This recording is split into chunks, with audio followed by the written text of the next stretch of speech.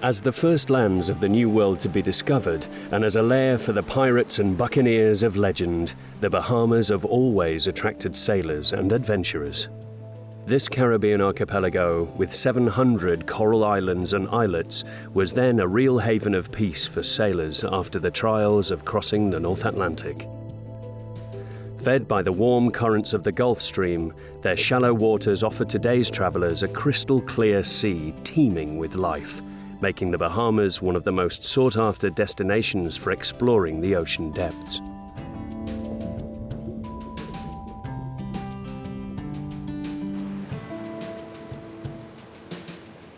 Andros is the largest and wildest island of the Bahamas. Close to a deep ocean rift, its beaches of white sand are protected by the third largest coral barrier reef in the world, the largest in the Northern Hemisphere.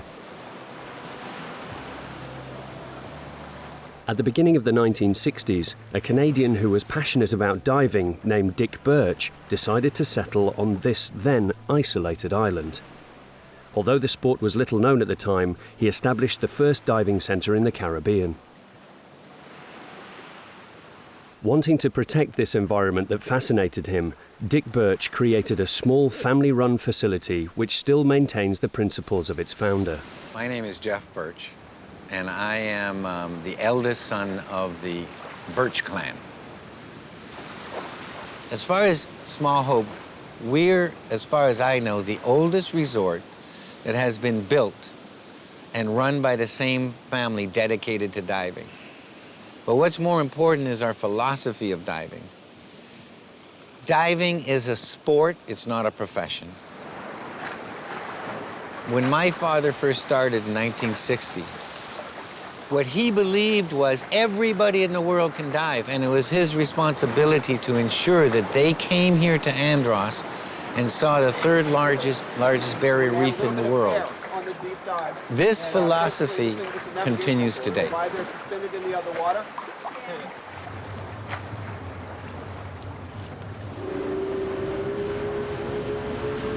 Time stops in the mind when you're diving. No problem enters your mind. You are totally inundated with what you see and what you feel.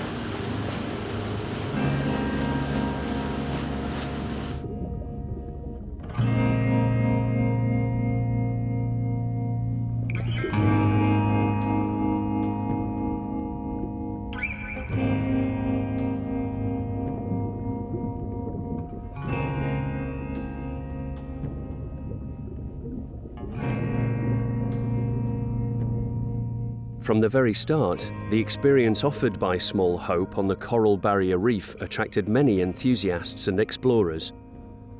Like Captain Cousteau, who came here and contributed to the international reputation of the Bahamas as an unmissable destination for all lovers of the ocean depths.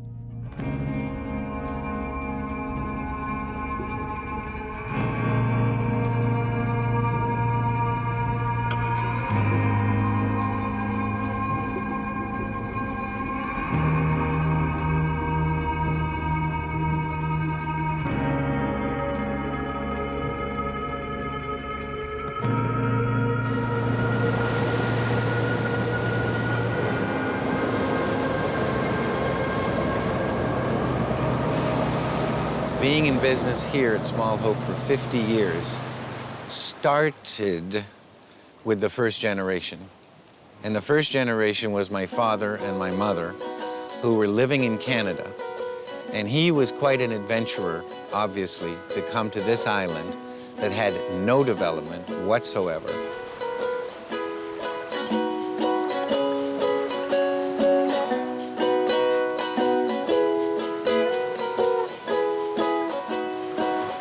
My father was written in, first of all, in 1962. He had the deepest record for diving. So he was quite an adventurer. He's jumped out of airplanes. He's crashed 3 planes. Not that he was a crazy man, but he was a type of person that lived life. And that's why we ended up here. One of the biggest things that has affected us, and he had 7 children between 3 wives, was a concern for the natural environment. And from day one when he came here, he drilled into us as kids that you have to care about the community, you have to care about the environment. Over the years, Jeff Birch has stayed faithful to the legacy of his father, a humanist and trailblazing ecologist, and putting his roots before desires for expansion. The unusual story of this family is now entwined with the fate of the island, thanks to the figure of Peter Douglas, Jeff Birch's adopted brother and an important personality in environmental politics in Andros.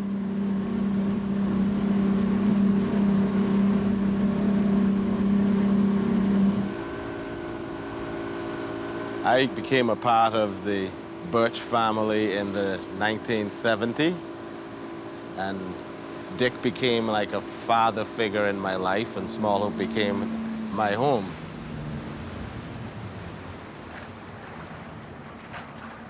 I grew up under Dick's philosophy, and one of the wonderful things about Dick's philosophy growing up here at Small Hope Bay was the fact that he always said, you know, do not disturb nature more than you have to.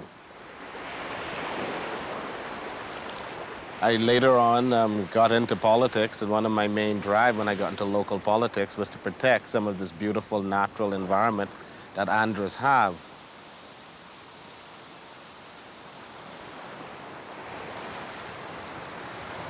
One of my main jobs right now is working with the Ministry of Tourism in our country, is trying to develop a sustainable tourism model for some of our islands. And Andros is going to be one of those main islands where we develop a sustainable tourism model. Small Hope Bay is perfect for what a sustainable tourism model is.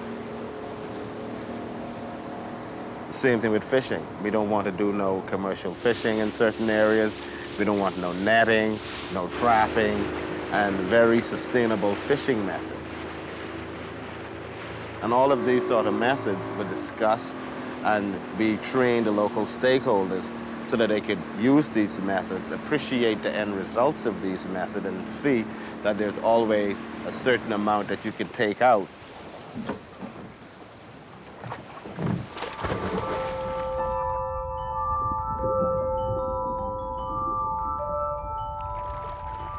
So you have a constant income and you have a constant supply instead of one time you harvest heavy and then wait for 10 years for it to all come back.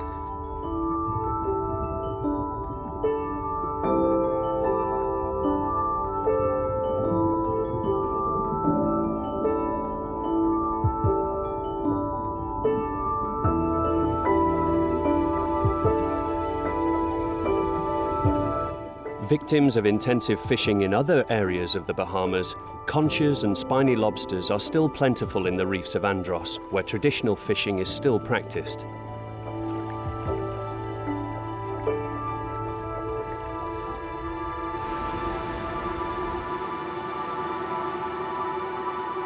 This generous sea that feeds man has close connections to the island.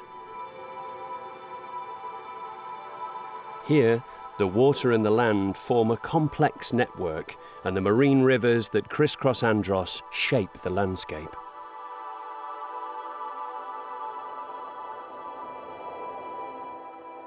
The mangroves and rainwater lakes, of which there are many on the island, create a series of varied and preserved ecosystems which make Andros so rich and unique.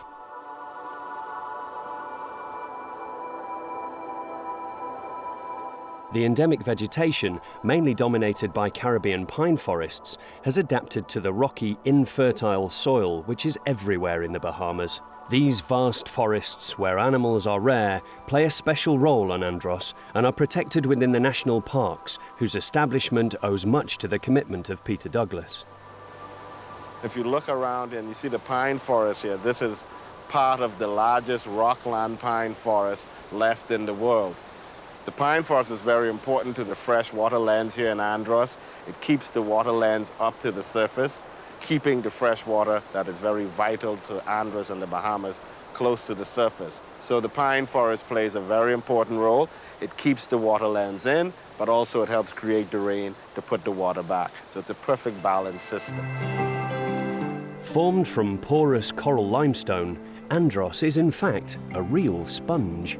The ocean, which penetrates the many underground passages, comes to meet the fresh water which is kept on the surface by the vegetation. This is responsible for a surprising geological phenomenon: blue holes. We're here at Captain Bill's Blue Hole, and blue holes are very special to Andros. These blue holes were formed during the Ice Age, when Andros was way above sea level, about 400 feet, as a big limestone plateau. And as the ice cap melts, you have the change in the pH and the acidity of the water.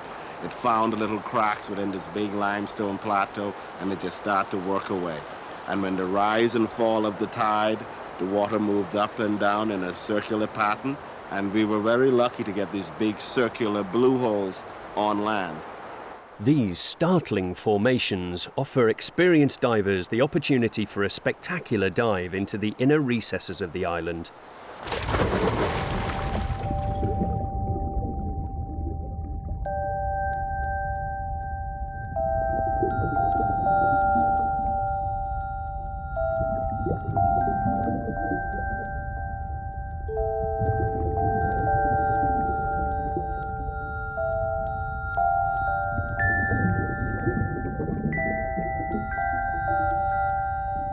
On land or under the sea, there are no fewer than 200 blue holes on Andros, which have long fascinated men and inspired many legends.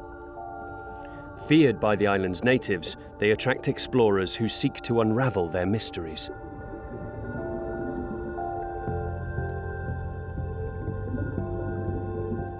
In the dark depths, there is no animal life, but the bacteria present in the sediment mean that the soil is alive, and they create layers of hydrogen sulfide which can look quite mystical.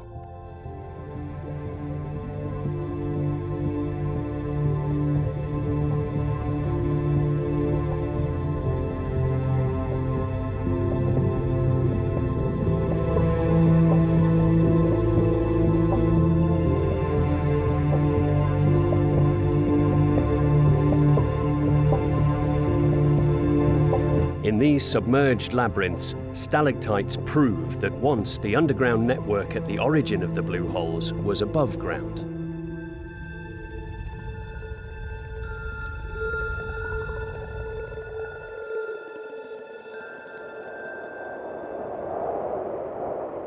Rich in diversity and unspoilt nature, the largest island in the Bahamas is not greatly visited, and exploring Andros shows us tourism on a human scale.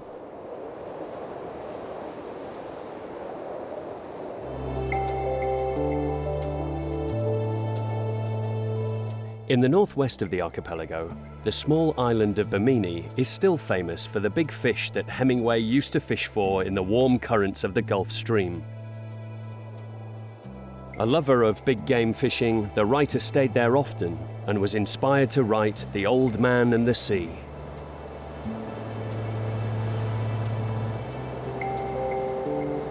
Bimini lies barely 80 kilometers from the coast of Florida. It was an ideal location for Al Capone's lieutenants, who used the island as a base for alcohol trafficking during Prohibition. After just an hour's boat ride, Miami residents today come to take advantage of the island's slow pace.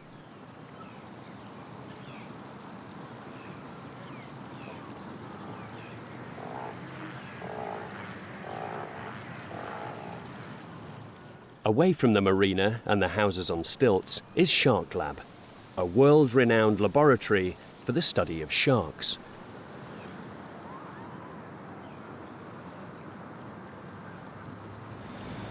Like the students who come from all over the world to participate in research on the marine predator, Sean Williams isn't in Bimini by chance. I was just fascinated for some unknown reason, just completely fascinated with sharks since I was like 3 or 4 years old. I can, still remember the first book I ever had with sharks. I don't remember the title, but I can remember it was bull sharks swimming in a river, just a picture of them. Just completely fascinated, so that's certainly the main reason why I'm here. A doctor of marine biology at Miami University, Sam Gruber founded Shark Lab about 20 years ago. Here we go.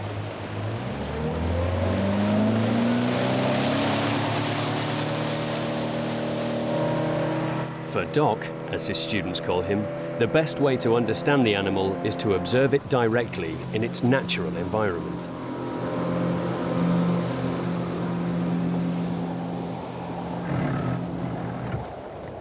When you do it the first time, even me as a shark fanatic, the first time you're out there and you're about to jump in the water with those Caribbean reef sharks, I think a lot of people are a little bit hesitant. You know, they're sharks. And you start to think, do I really want to jump off this boat? When you jump in, then your whole world changes in terms of your views on sharks. You realize they're not, bloodthirsty predators out to eat you. And they're beautiful, they're magnificent animals, and it's incredible. It's an incredible experience.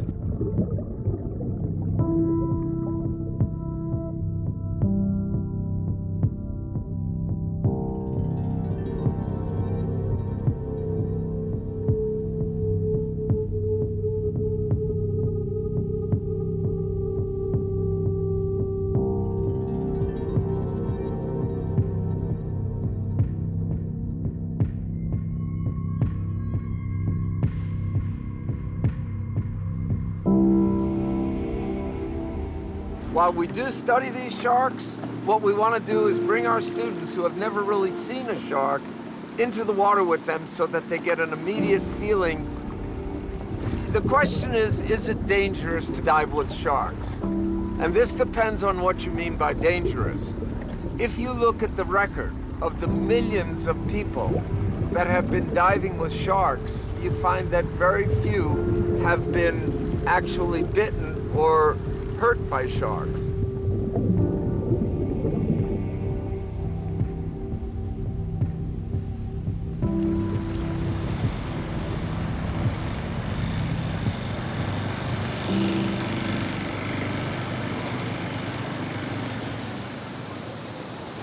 When I began this research back in the 1970s, 60s actually, very little was known about sharks.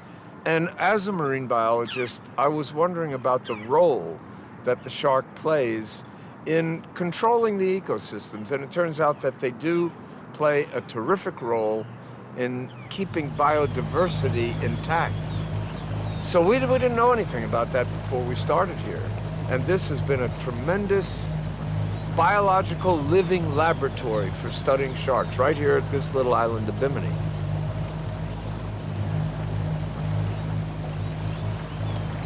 This is a typical lemon shark nursery habitat where mangroves, seagrass, a lot of snappers, there's a lot of fish in the water here. It's a little bit cold now and it's a little early for the babies, so we won't see a lot, but you can see a lot of fish in the water along the mangrove route. What is that? What is this right here, a stingray? Yep, big stingray right here, and got a remora on its head.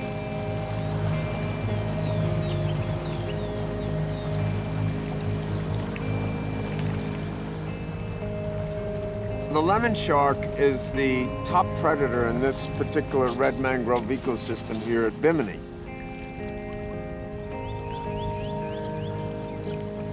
Mangroves play more than the role of supporting a nursery, the role of catching sunlight, dropping their leaves, and starting a food chain. First, their roots catch sediments, and they actually make land. But more important than that, these mangroves reduce the energy of the wave in hurricanes and tsunamis. They protect the land. And if you take out those mangroves, you have taken out a protective barrier for your land. It's a big mistake. Unfortunately, over the last 50 years, half of the mangroves on our planet have been lost. In Bimini, as elsewhere, this precious ecosystem has been under attack from developers. They thought, oh, mangrove swamps, it smells, the bugs, we're not going to do it. Now they've learned how to rip them out, fill them, kill all the bugs, and build hotels. Too bad. Not a good plan. All right, tell me when you're ready. Yeah, just a second. The research led by Dr. Gruber and his team has led to better knowledge of the shark's behaviour in general and has contributed in part to changing the perceptions the general public used to have a few years ago.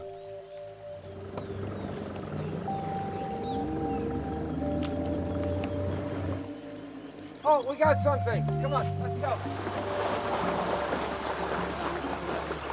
Okay, listen, right up. Young lemon sharks are relatively easy to study as they aren't very aggressive.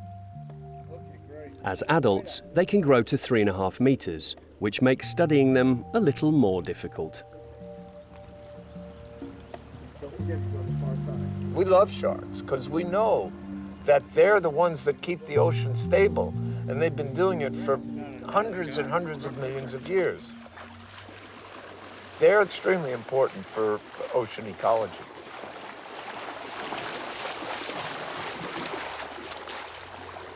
Looks good. It's a male, I think. I think I saw it was a male. Yeah, it's a male. Okay. I don't think I could live away from the ocean. I really don't need a lot of possessions to be here. My most valuable thing here for me, my mask, fins, and snorkel, because I'm a true water person. I love to be in the water as much as I can, and you know, that's all I really need.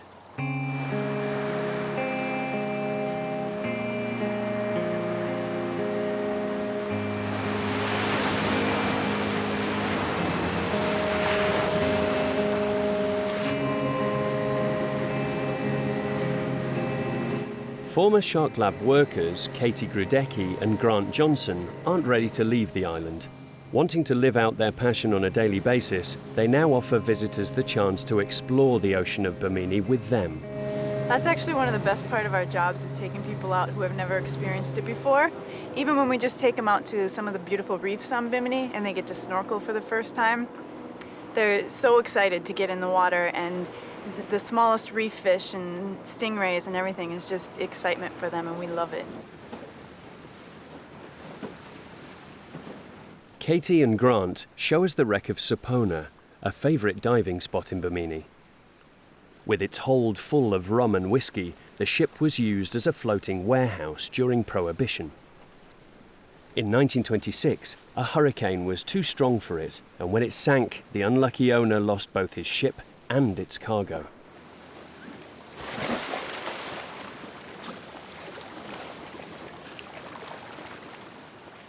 Ironically, the American Air Force used the Sapona as a practice bombing target in the Second World War.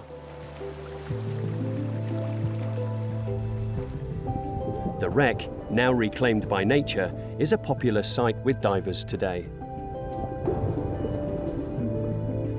This artificial reef attracts many species of fish, which find in it abundant food supplies and shelter from the waves.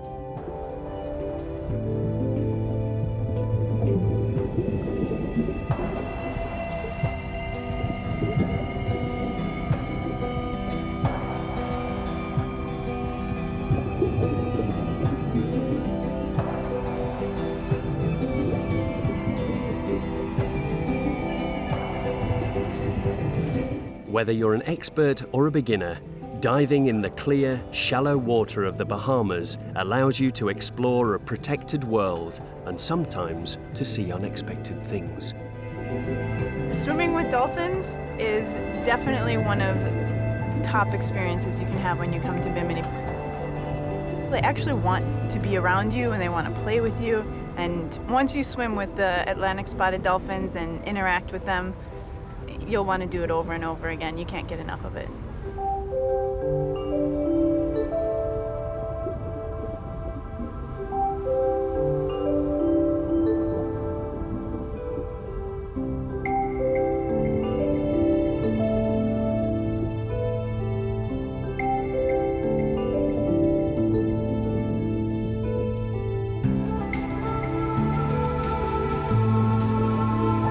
By taking care of the ocean that surrounds them, the inhabitants of the Bahamas have been able to keep their underwater riches safe.